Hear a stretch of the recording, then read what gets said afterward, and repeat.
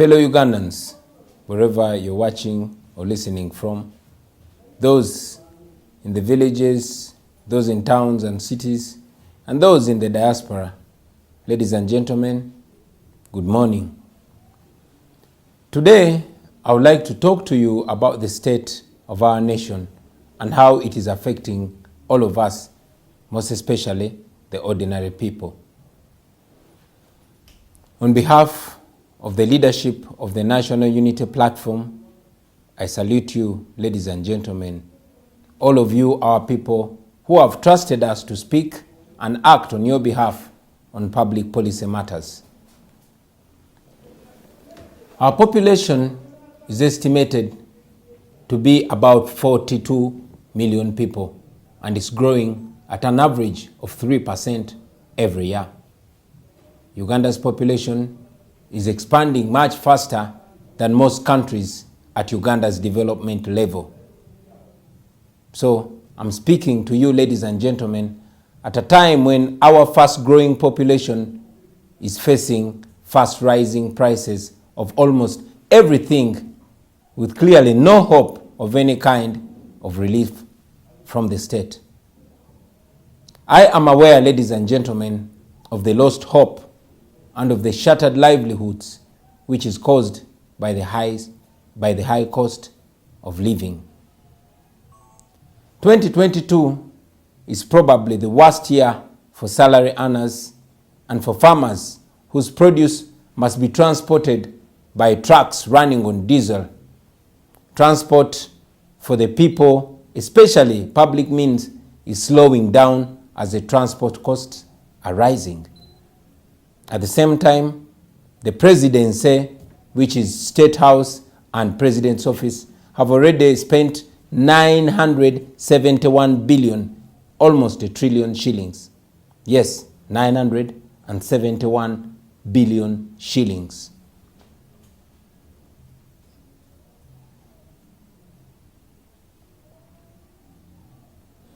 Now, about the rising cost of living. On the 22nd of May, General Museveni addressed the nation about the rising cost of living. He, however, did not offer any kind of relief or solution to the citizens, but instead, he advised Ugandans to tighten their seatbelts. Well, on his part, he continues to spend public money as if he's not aware that the country is suffering a price shock. Between November 2021 and April 2022, prices of household commodities increased to levels which are way beyond the reach of the ordinary citizens. This information is on the Uganda Bureau of Statistics website, the UBOS website, and it's available for all of you to see. Therefore, fellow Ugandans, for us to arrest this situation, government must go back to the fuel market. And yes, government must do the following things. Number one, government must impose control on stocking levels and pricing decisions. I mean, no responsible government continues to just cry and lament on forces of demand and supply when the Petroleum Supplies Act allows the government to do something. We think government, through the Commissioner of Petroleum Supplies, which is actually the legal licensing authority, should split the average cost of every liter of fuel into 3 categories and go ahead to publicize them for the consumer and ordinary person to understand and appreciate the changes that are happening. First, the unit cost of delivering a liter of fuel from wherever it's coming from to the borders of Uganda. Secondly, the tax per unit. And third, the margin of profit per unit. Now, every liter of fuel, whether petrol or diesel, has a unit cost. A cost of bringing it to the border. It could be Malaba, it could be Busia or Mutukula. For example, a liter is brought from the refineries in the Middle East up to Busia at a cost of, for example, 2,800 shillings. And this is the first level of costing. Now, the second level is tax. So you add the tax on that 2,800, which, is brought on our borders. The third category is the profit margin. Now, this is where everything goes wrong. The fuel companies are setting a higher profit margin, while the consumer has generally accepted to be exploited. The companies are setting whatever prices they want, while the regulator is quiet. This is not a mistake, ladies and gentlemen, because the same people who are supposed to regulate are actually the same people in the fuel business. So they cannot regulate themselves. They also do not break down and publicize all these details in transparency for you, the common person, to understand, because they want to exploit you in ignorance. Number two, we think the government must abolish fuel marking, because this is a useless exercise which was only useful in the years before customs computerized cargo tracking. But today, it only holds and delays trucks at the border for nothing. And number three, and most urgent and important of all, is government must suspend taxes on crude vegetable oil and wheat. This will help to reduce the prices of essential items like chapati. The ghetto people in our cities, in the towns and the trading centers largely survive mainly on chapati, which also makes chikomando and makes Rolex. And this policy decision is very urgent and indeed long overdue. Let's forget about this business of Museveni coming to tell us to eat cassava if we can't afford bread. Cassava or cassava flour cannot make chapati. It cannot make chikomando, therefore it cannot make Rolex. But that goes ahead to just show how disconnected Museveni is from the people. Now you're going to ask me, how do we deal with the revenue lost by removing tax from vegetable oil and wheat? My answer is simple. Cut the classified expenditure in order to accommodate the revenue loss created by a tax exemption on the cooking oil and wheat. Simple.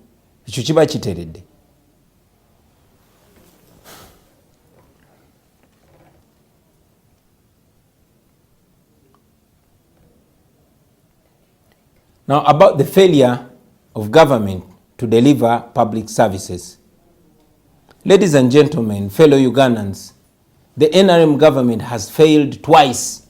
It failed to raise enough revenue to support the fast-growing population, and it has also failed. It has outrightly stolen and unfairly distributed the little revenue that is collected. The NRM party, because of selective application of tax policy and administration, the taxes collected are not matching the reported size of the economy. The economy is expanding to higher levels, while the few people that are taxed exorbitantly at high tax rates. Now, this is a comparison of Uganda's average revenue expenditure as per GDP with other countries in our league between 2016 and 2020. Uganda has revenue collected as a percentage of GDP. The revenue collected is 13.1, and total expenditure as of percentage of GDP is 17.4. Rwanda has total revenue collected of 23.2. Total spending is 27.5. Kenya, revenue collected 17.4. Total spending 24.8. Senegal, revenue collected 19.9. Total spending 23.9. Zambia collected 19.2, spent 28.1. Now this is information coming from the International Monetary Fund, the Economic Outlook database of April 2022.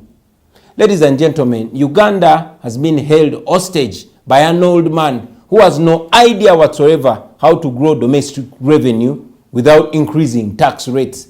Kwegamba Museveni has no idea whatsoever on how to make everyone who earns income pay an equal and proportional share of their income tax. Uganda, on average, between 2016 and 2020, collected 13.1% as of GDP on tax and spent 17.4% of it in total government expenditure. On the other hand, Kenya, Senegal, Zambia, and yes, Rwanda, on average, collected above 20% and spent a little more, almost 30%. So this means that these governments have higher capacity to spend on public goods and services for their citizens, according to the sizes of their revenue and the expenditure when compared to the sizes of their economies. These countries have better health care, they have better education, and yes, life is better there. And now the other tragedy is that even the 12% GDP that is collected is eaten by the dictator and his cronies. A case in point is the current financial year 2021-2022. The presidency, State House, and the Office of the President has already taken 971,504 million shillings, one of the biggest expenditures in the financial year 2021-2022. And after spending all that money on himself, Museveni is advising people to tighten their seatbelts because the prices are going high. During the same financial year 2021-2022, 200 billion has been released for just the preparatory activities of the parish development model. The total amount to be released for the parish model is supposed to be 1 trillion shillings. So what State House is spent is almost the same as the parish development model. So the presidency and the parish model are competing, and we all know who will be the winner at the end of the day. Of course, the presidency will spend more money than the parish model. So far, it is 971 billion for the presidency and 200 billion for the parish model, and the rest is on. When I'm in power, ladies and gentlemen, my wife, my children, and I do not need to spend 1 trillion shillings maintaining our presidency. I mean, we should be like all the presidents that have come before Museveni, who only budgeted for the office of the president, excluding State House. State House, ladies and gentlemen, is just a residence which should be able to cater for the needs of its occupants, besides the guards who are paid by the Minister of Defense. I mean, a president earns a salary, and that should be enough to take care of his family. Therefore, fellow Ugandans, remember that by removing that extravagant family from our State House, we shall save over 800 billion, including the annual supplementary budgets from State House alone. That is the much we can save just by removing the dictator. Now, about agriculture, and in particular, coffee. I would like to address the issue of adding value to Uganda's golden bean. And by bean, I mean the coffee bean. Ever since our Shadow Minister of Agriculture, Honorable Abed Wanika, revealed a secret agreement between government of Uganda and the coffee company called Vinci, which is also connected to the fake Lubowa Hospital project, a lot has been established. There's no doubt that establishment of a soluble coffee factory that produces instant coffee like Nescafe is a great achievement. The National Development Plan supports the establishment of such a factory. In fact, every Ugandan should be in support of establishing such a factory because, one, it improves the value of some of our country's low-grade coffee beans.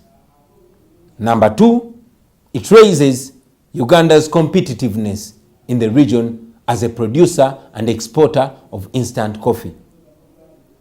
And number three, it ensures that only premium coffee beans are exported to high-end markets like Starbucks coffee, where the price per kilo is much higher. So it's a benefit for our people. Unfortunately, in the deal between government of Uganda and Vinci Coffee Company, our country stood to lose instead of gaining. And this is because of the following reasons. Reason number one, the factory was not targeting to add value to the low-grade beans. Instead, the agreement ring-fenced the high-value beans usually reserved for brewed coffee, not soluble instant coffee. Now, this means that Vinci, instead of exporting high-value beans unprocessed by giving all premium beans to Vinci, a monopoly over this cream coffee was created. And this led to directly knocking out other exporters from the business of exporting coffee beans. And this does not make economic sense because premium beans are given only to one company, and in effect, all the current exporters of coffee would eventually be kicked out of business. Number two, globally, instant coffee is produced from low-value coffee beans, while brewed coffee is made from the large premium roasted beans.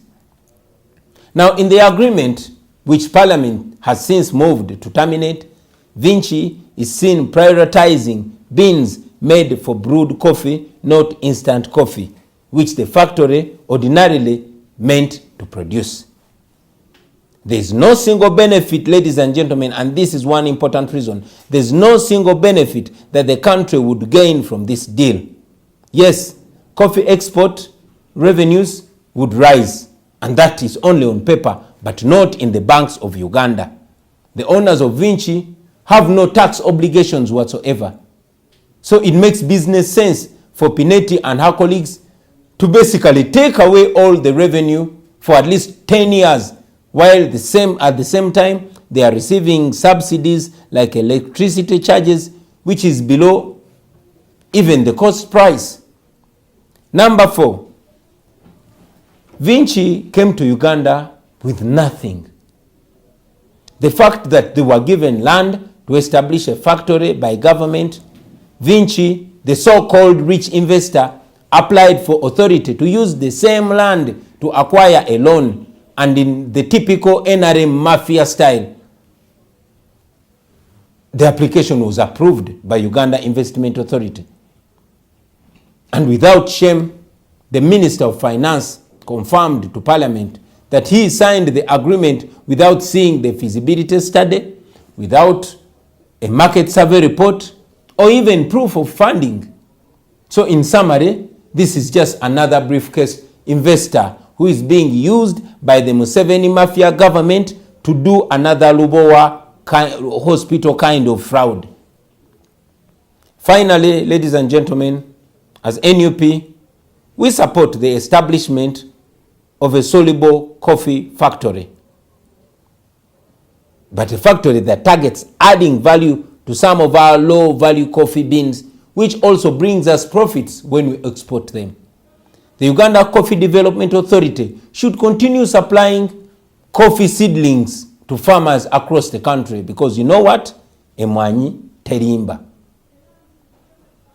In conclusion, fellow Ugandans, today I have just briefly highlighted on some of our pressing issues and how we can deal with them. But I would like to remind you that the dictator is desperately, trying to use all means to hold on to power. He has designed his system to make every one of us a beggar, struggling not to live better lives but just for survival. It is therefore the duty of every Ugandan to do whatever you can in your ability to remove the dictator. We intend to continue giving facts to the nation so that all citizens of Uganda can understand and appreciate why we must change the situation and change it very soon. Today, we have picked just a few areas for your information and reflection, and in the coming days, we shall address you especially on healthcare, on education, on job creation, on infrastructure, and importantly, on the changing climate. As of now, I thank you very much for listening to me, ladies and gentlemen, for God and my country. People power, our power. Our power, people power.